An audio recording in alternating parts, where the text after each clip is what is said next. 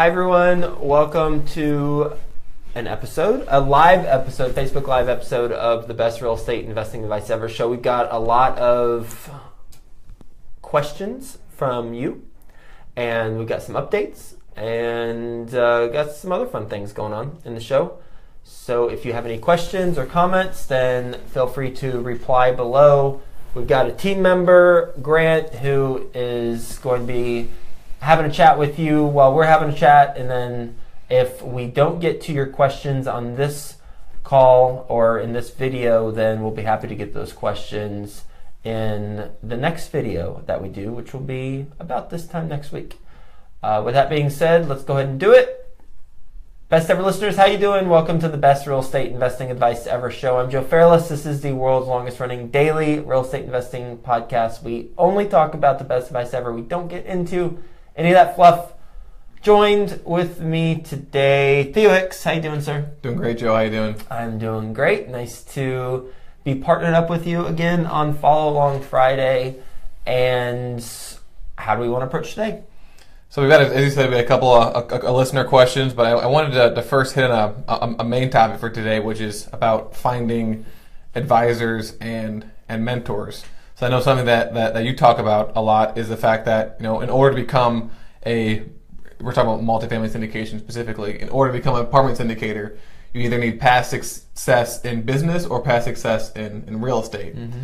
And if you've got past success in real estate, obviously you can use that and leverage that for syndicating. But if you have business success, you can also use that, but you're also going to need some sort of tie-in of real estate so that your investors know that you know what you're doing, or have someone on the team that knows what you're doing. And you know what you're doing. Exactly. Yeah. And so obviously you've got the education aspect of it for the syndicator themselves, but it's also good to have an advisor and mentor to leverage their experience and also other benefits as well. And I know that you've have had advisors and mentors in the past, and so I wanted to have a conversation around that about where do you find them, and what benefits do you get, how many of you had, mm-hmm. and things like that. So however you want to approach the subject of how to find an advisor or mentor for real estate. I have had 3 total paid advisors over my real estate investing career.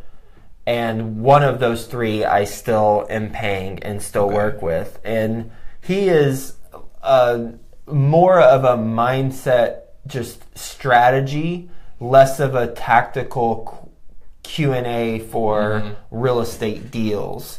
I have a network around me with people who have more experience than I have on real estate deals.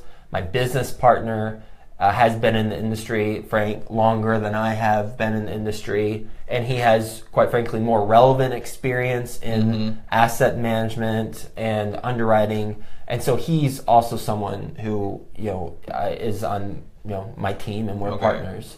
As far as how to find the best real estate mentor or consultant, there's really only one way. And that one way is through a word-of-mouth referral. Mm-hmm. That's it. And how I found my 3 were not through word-of-mouth referrals. And I'd say the first 2, pros and cons. And the third one, pro, but I found him through the Tony Robbins program. And so through that program, I watched Tony Robbins' video on his TED Talk video. Then I had heard from other people who I knew that the Tony Robbins program was a good program, and so I guess secondarily it was through word of mouth, but no one directly said go talk to this person. But it was through a program that I already heard good things about. As far as why I say word of mouth referral is the only way, well, that's the best way to qualify someone. If you go through someone who you already know and they're like, yeah, it's worked well for me, you should check this out too. You can read books and reach out to the authors. You could go on Bigger Pockets and see who's posting a lot or has insightful things to say. But ultimately, it's important not only for someone to be qualified, but they've got to have some other things as a mentor consultant. But I want to mention a couple things on what to expect from a consultant or mentor and what not to expect. Because a lot of times when we think of hiring a mentor consultant, we think of them being our knight in shining armor. And they're not. So let's talk about what they're not going to do, or what we shouldn't expect from them. We shouldn't expect them to be the solution to our problems. We shouldn't expect them to have a done-for-you program where, oh, you sign up with me and I got it all taken care of, don't you? Or you sit back, you hang out, and you just follow this thing and be semi-engaged, and you'll be a millionaire. Because that's just not true. And if it is true, best case scenario, let's say it's 100% true, then when you become a millionaire through that type of program, well, I'll just ask you, what happens to most of lottery winners 10 years later? They lost it all? They lost it all. Or worse. Or worse. or they're dead. Most likely much worse. Yeah, most likely much worse. Unless you improve yourself along the way, regardless of what chunk of money you receive, you're going to be back to where you started or worse. So even if it is a quote-unquote done-for-you program, end quote, then you're still going to be where you were, but it's going to be, you're going to have less years of your life to figure it out. Yeah. So don't look for the done-for-you programs. If someone promises it, even if they're telling the truth, which they're likely not, you're going to be worse off. Instead, here's what you should expect from a program. You should expect someone to have expertise in the subject matter that you're looking to get better at. You should expect someone who is actively doing that subject matter. So if it's apartment investing, when's the last time they closed? If it's wholesaling, how many wholesale deals do they personally do? Mm-hmm. Not their students, do they personally do? If it's fix and flips, same thing. Note buying, same thing. There should be a system, but it's a proven system that others have replicated through implementing the system. Not done for you, but a proven step-by-step system for how to do it. You should expect to have an ally for your business, for your transactions, and most importantly, you should expect to have an ally who you can selfishly talk about what you need help with and not feel guilty for only talking about what you need.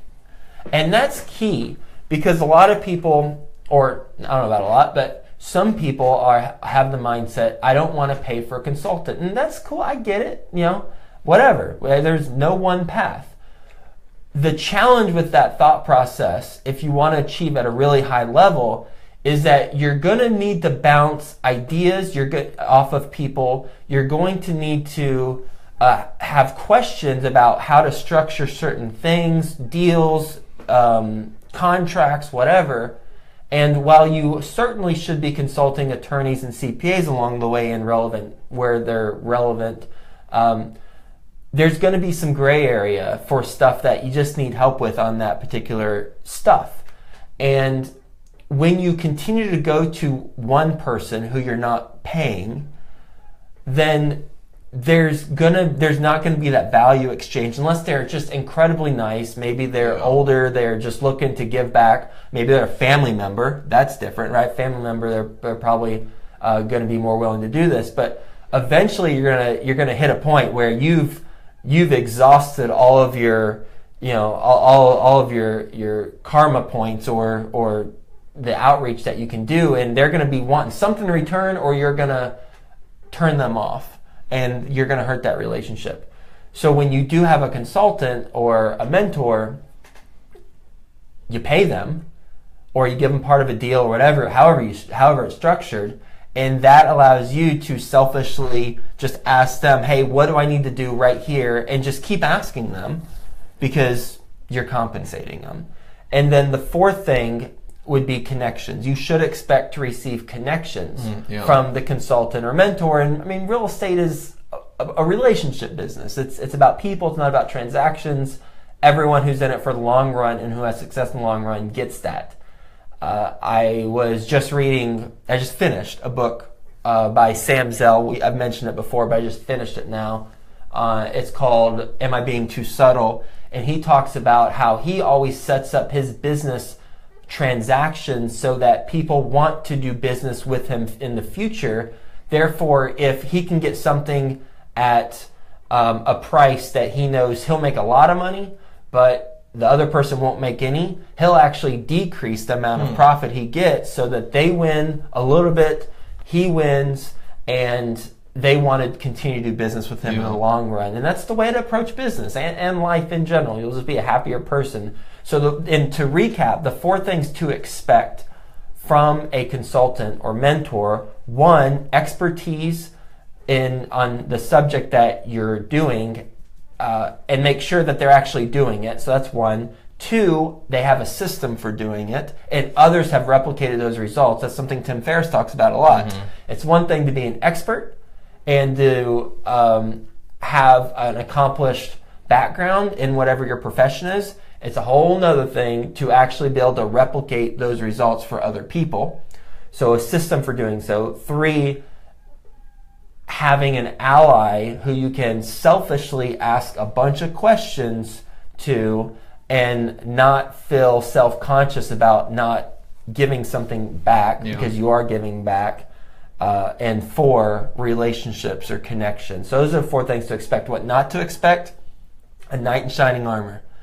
They're not someone who is going to just magically wave a wand. Now I've turned the knight into a wizard, I realize that. But magically wave a wand and then it's done. And be very skeptical. Well, no, just don't do the done for you programs. If they just say, oh, you just pay this much and then it's pretty much you sit back and be done, don't do that. Because even if it does work, you're going to be worse off in 5 years than you were when you began. And so going back to how you find it, the one way, word of mouth referral, and if you don't know someone who can provide you a word of mouth referral, then guess what? You're not ready for a consultant because you haven't done your legwork on having enough of a network to be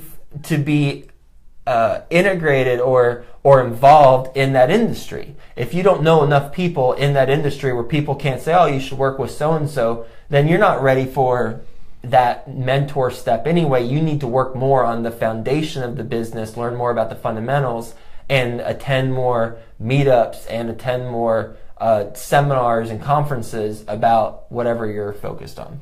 So would you say that so after they do that, they kind of get their education and they're working on their network, would that be the time they get a mentor and advisor, or should they have done a couple of deals first, like smaller deals, or I don't know, shadowed on deals, or when do you think would be the ideal time to find an advisor? And you can say, based off of when you found your first advisor. Yeah, once you know the fundamentals of the business, if you're asking questions to the advisor that can be easily found through a Google search, then you're not ready. But if you're at the point now where it's like, okay, I get it, and I've got the following things working for me, and then you got like 2-3 things, maybe you got some money, but you need help finding the right market, or you have the right market, you just need help getting access to more money, then you know but you know how to run the numbers, you know the fundamentals, then I'd say it's time. Basically, one of my favorite books is The Road Less Traveled by Scott Peck, and he's a psychologist. And there's like a whole series, Road Less Traveled and Beyond, further along the road. He got a little carried away on the title. But he talks about when you need to see a psychiatrist, and this is relevant to what you just asked. Yeah. When you need a psychiatrist is when you feel stuck. When you've done what you can do, but you're just stuck. that's when it's time to bring on a professional or someone, an expert in the area to help you out. So that's what I would say. Yeah, and then there's another piece of advice. I know something that I really liked about your mentor now is that he's very outcome oriented, and so outcome oriented. So if you have a specific outcome in mind, like exactly why you want to have a coach because you want to have this outcome that's quantifiable and specific, then maybe that's also another sign that you're ready to have a mentor. Versus, I want to be a real estate investor, so I'm gonna get a mentor just because I'm supposed to. So I guess my point is don't just do it just because you think you're supposed to. Have an actual goal in mind as to why you're getting this person. So you're not, wasting that person's time, wasting your time and your money when they can be spent on actually, getting education elsewhere, doing your first deal or whatever it is. That's a great point. Yeah, I mean, for every one of my calls where someone applies to my consulting program, at the beginning of the call, I always say I want to make sure that we accomplish whatever you're looking to accomplish on this call. So what is your outcome for a call? Yeah. And I do that not only for people who apply, but then outside of that for other types of business calls, I do that. And I make sure that we accomplish the outcome that they want to accomplish. And then if something works for us, it does. If it doesn't, whatever. I help someone accomplish their outcome. We got to know each other, and then we'll just go all in our separate ways, and then everyone's happy. 2 thumbs up. Cool. Awesome. All right, so now we're going to move on to a couple of listener questions. And so we've got Nick, who asked his question actually last week on Follow Along Friday, and he wanted to know what is a better investing strategy between being leveraged versus having the entire property paid off. So I guess that'd be buying it all cash up front. Well, it's clear that having leverage, you will have a better cash on cash return. That's obvious. However, I don't think it's a matter of a black and white debate on it, because the numbers are numbers. That's why there are loans to help you have better cash on cash return. I think that's why there are loans, but that's one purpose loans serve. The real question is, what type of risk tolerance do you have, and what's your investment philosophy? Because that ties into if you should buy all cash, or if you should if you have a loan and have some leverage, or a third option, have some leverage and then just aggressively pay off the loan. And it's a matter of your risk tolerance. I can tell you that after speaking to people who lost it all in 2008 on my podcast, a lot of those people are now buying houses in cash and not having loans. And they went the complete opposite of what the extreme they're at before. And perhaps there's a middle ground they should be doing, but there's something to be said about being able to rest at night knowing that regardless of what happens, banks don't have anything on me because I own all my properties free and clear.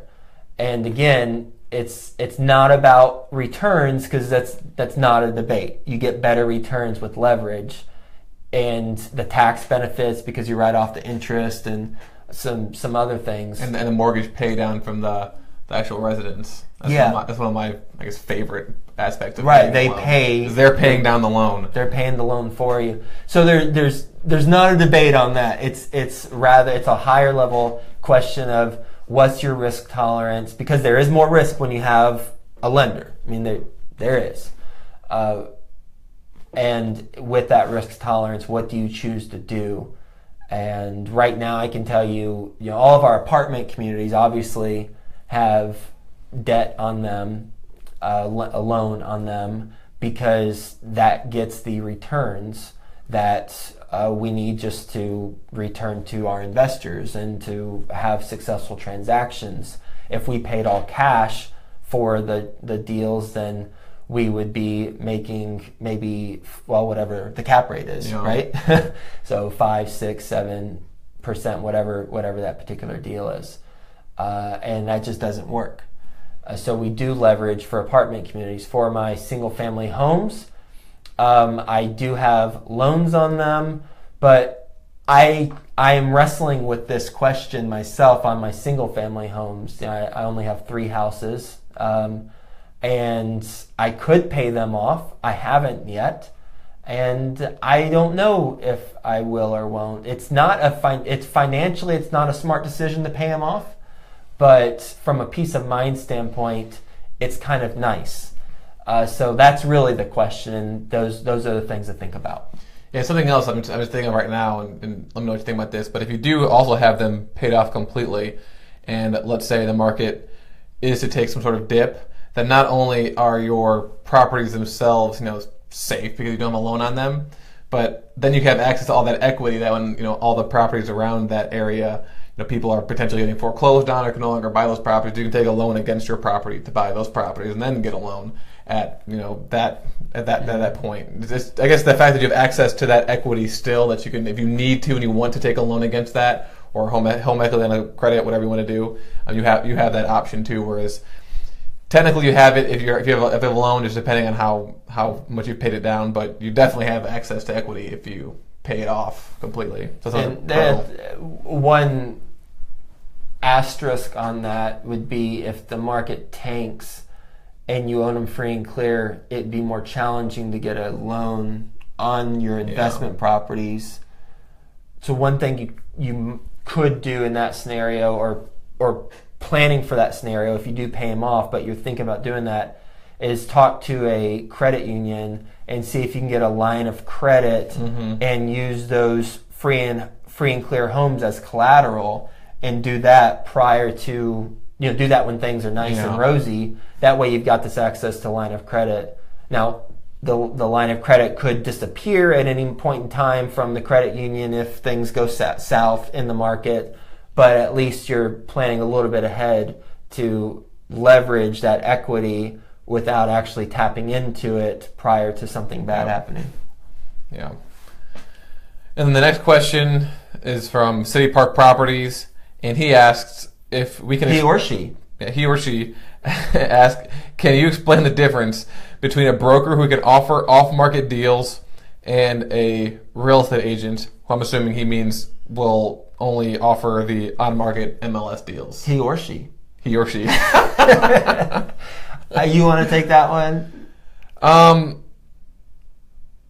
So from my understanding, as you create relationships with brokers, they'll have their on-market deals, but obviously those deals were off-market when they got them. And so if you have a relationship with brokers, you can have deals sent to you before they actually go live. And so from my understanding, the difference would be not necessarily the person themselves, because they would be doing both at the same time. It's just how much of a relationship do you have with this person, or how much of a reputation do you have as an investor that they would be comfortable giving you this this deal before they actually put it on the market. Now, I'm not sure if there's brokers that just do off-market deals and that's it. I don't know, but from my experience so far, that's what I found, is that they'll have their on-market deals, obviously, but if you know them well enough, you can get access to that beforehand. I also know, for smaller deals, they've got like the pocket listings. That's a well-known thing where if you know an agent, they will, have a deal that they don't put on the market because they know that that's what you're interested in. I guess from personal experience, 2 of the 3 properties I bought were off market, and then 1 was on market. So obviously that same real estate agent had 5 deals, 2 on market and then 3 off market that he wasn't ready to put on market yet for, I think it was like tax purposes for the seller or something.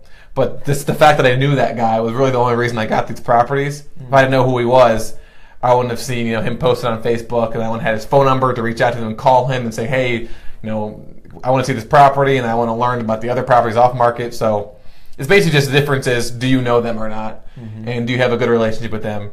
And if you do, you will have access to more deals than you would if you're just some random guy that they don't know. Nailed it. Completely agree. All right, so that wraps up the main topics, listener questions.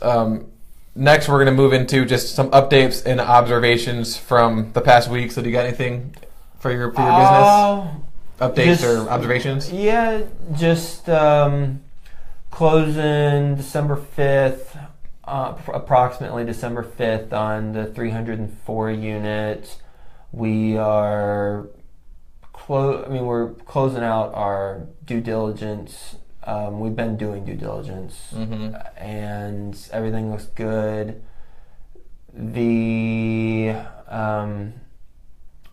I'd say from really, we're sending out the private placement memorandum to investors most likely today or tomorrow. That got finalized, and then we'll just begin funding, and everything's good. We're all good there.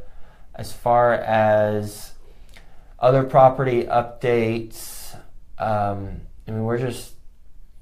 we're exceeding projections on our rents across the board for we're exceeding our rents from our projections across the board on every one of our properties. Things going well. Nothing really stands out. I mentioned I finished the book, Am I Being Too Subtle? And now I'm reading a book from the 1970s called Coma, and it's like a psychological thriller. So it's not in the same genre as a self-improvement book. I do recommend Sam Zell's Am I Being Too Subtle? He does a really good job of putting you in the deal while it's happening, even though it's already happened. And he gives you his mindset for why he structured a deal a certain way. And this isn't just real estate deals, it's larger deals. He talks about losing $100 million of his own money plus millions and millions, he doesn't mention how much, of investor money on a cruise line venture that went south after 9/11.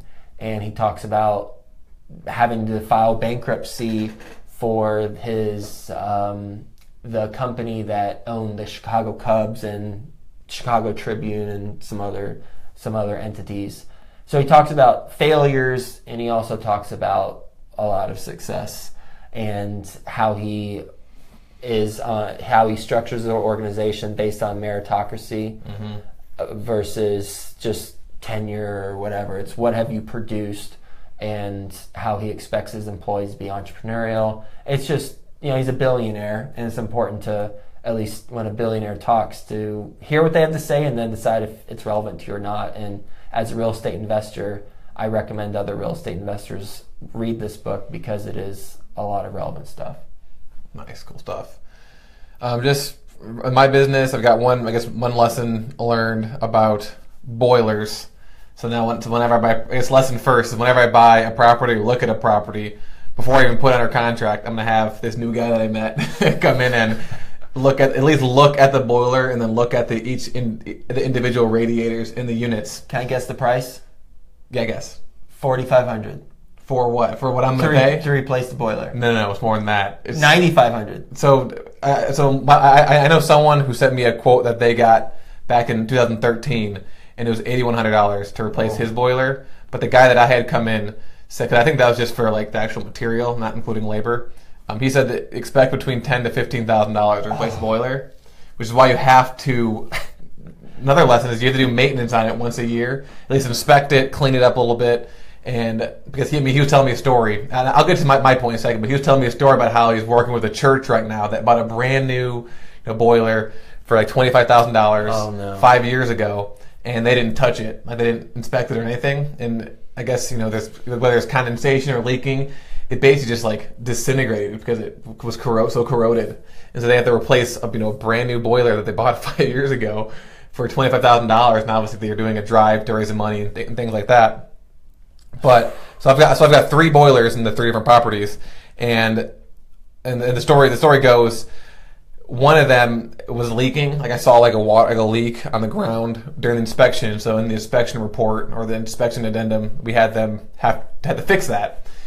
And they went in there, and I thought it was fixed, but it wasn't. So another lesson is make sure that they actually fix what they're supposed to fix.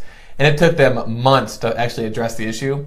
And 2 weeks ago, last week they finally went in there to fix it.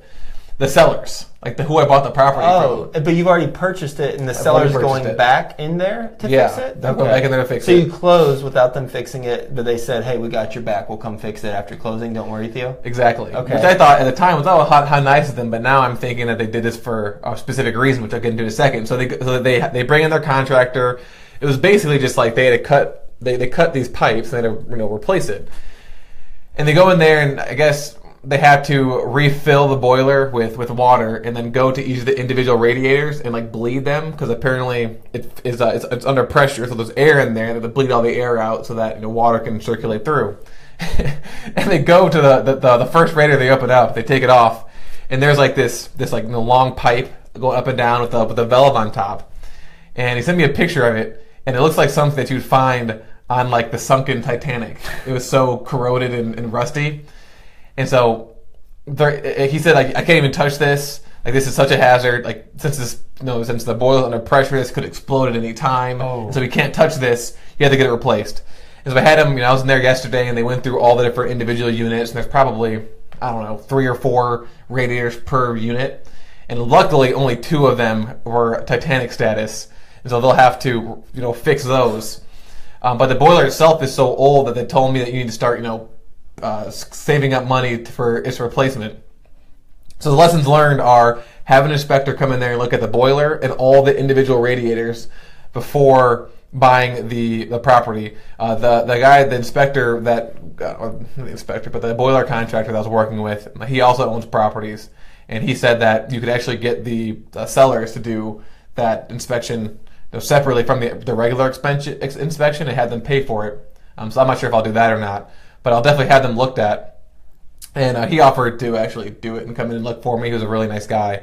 And then also, obviously, if you have something on the inspection addendum, make sure that you have it addressed before closing, because they might not be doing it because they know that you're opening up a massive can of worms. And if they would have addressed that issue prior to closing, we'd have found out that they have to replace a couple of radiators, and that the boilers, potentially needs to be replaced as well. The silver lining here, from my perspective, is 2 things. Number one is I'm glad we found this problem now and not in the middle of winter, because I don't even know what people do if their heat goes out in the middle of winter, because you're obligated by law to obviously provide heat. You'd be running up there with portable heaters you buy at CVS, or putting them in a hotel, yeah. So that's number one. That was number one lesson. Or I guess silver lining. And number 2 was I had them look at the other boilers and the other properties, and they were in much greater shape than this boiler. So I'm still going to have them go and inspect each individual radiator, because obviously if the owner neglected the radiators in the one unit, I'm expecting it to happen in the other unit. And we've already had complaints about the boiler not working in one of the buildings.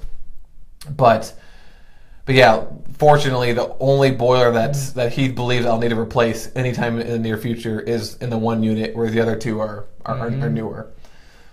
So yeah, boilers are interesting. To find the right inspector, what should a best ever listener search for, or who should they ask to inspect the boilers? Because you said you already had it inspected, but it wasn't sufficient. Yeah, so I asked the boiler, the HVAC guy that was with me yesterday, and I asked him, how did my general inspector not catch this? And based off of what was involved to do the inspection, it wasn't much, but it involved moving furniture and pulling off the radiator. He said that most inspectors just don't do that. Some of them might not, and so I guess one thing to do is that when you're doing an inspection, and if there is a boiler in the actual property, ask that inspector, hey, can you look at these boilers, or do you have a previous experience looking at these boilers, or you can just get a boiler inspection from an HVAC company. So just Google HVAC service, city name, and then call up and say, hey, do you have experience with boilers? Do you do maintenance on boilers? Do you inspect boilers? And then go from there. According to this boiler guy, he could have just been selling me, but he said not a lot of people look at these things anymore. So I'm so glad we found each other. Because I just found him just because of the issue in my property, and he was just the guy that the seller found. And so I kind of just got lucky by finding this guy. But yeah, if you need to find someone, either ask the inspector who's going to do your general inspection if they can look at the boiler and if they know how to look at boilers, and if not, just find a HVAC company to do a separate inspection. Okay, good lesson. It sucks for you, but good lesson. In the long run, it will be a good lesson for you. Yeah, and everyone for sure. It's one of those things where you kind of have to go through it to understand, unless you've read a book somewhere where they talk about boilers. Yeah, I literally didn't even think about looking into the boilers or having the boilers inspected. I was like, oh, I guess they just work because people are living here, and so it's just those little things like that you don't think about could be costly. And then it's the other lesson is make sure you get them ongoing maintenance once a year, because they can last 40, 50 years if you do that.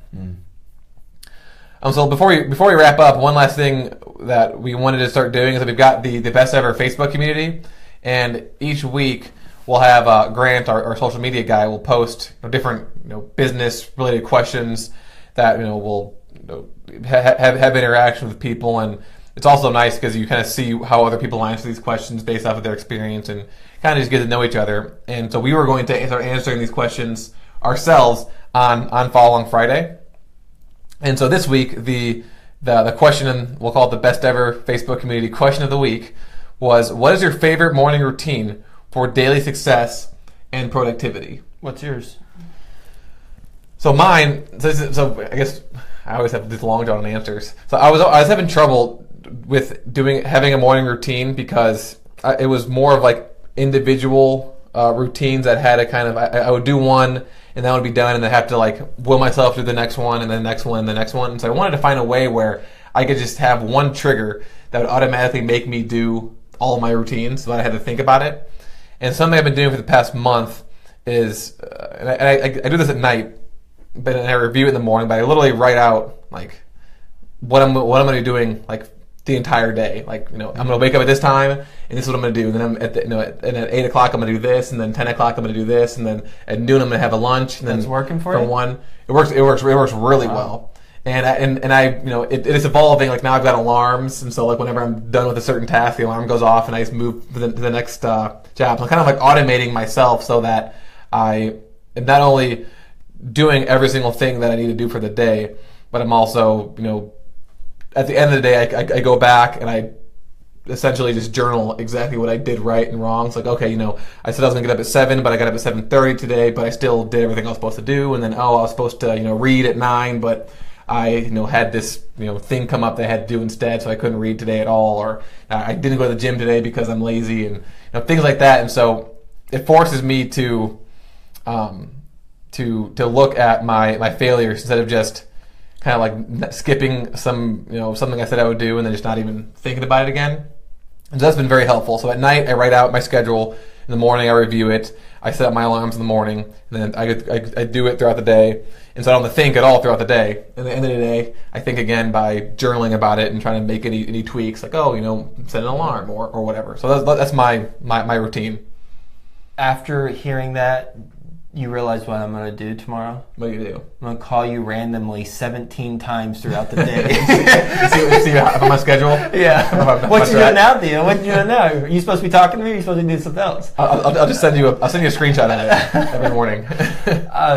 Things I do every day in the morning for productivity is, as soon as I wake up, I have a 5-star notepad and I write 15 times, I'm a strong, confident, successful, and handsome real estate billionaire entrepreneur.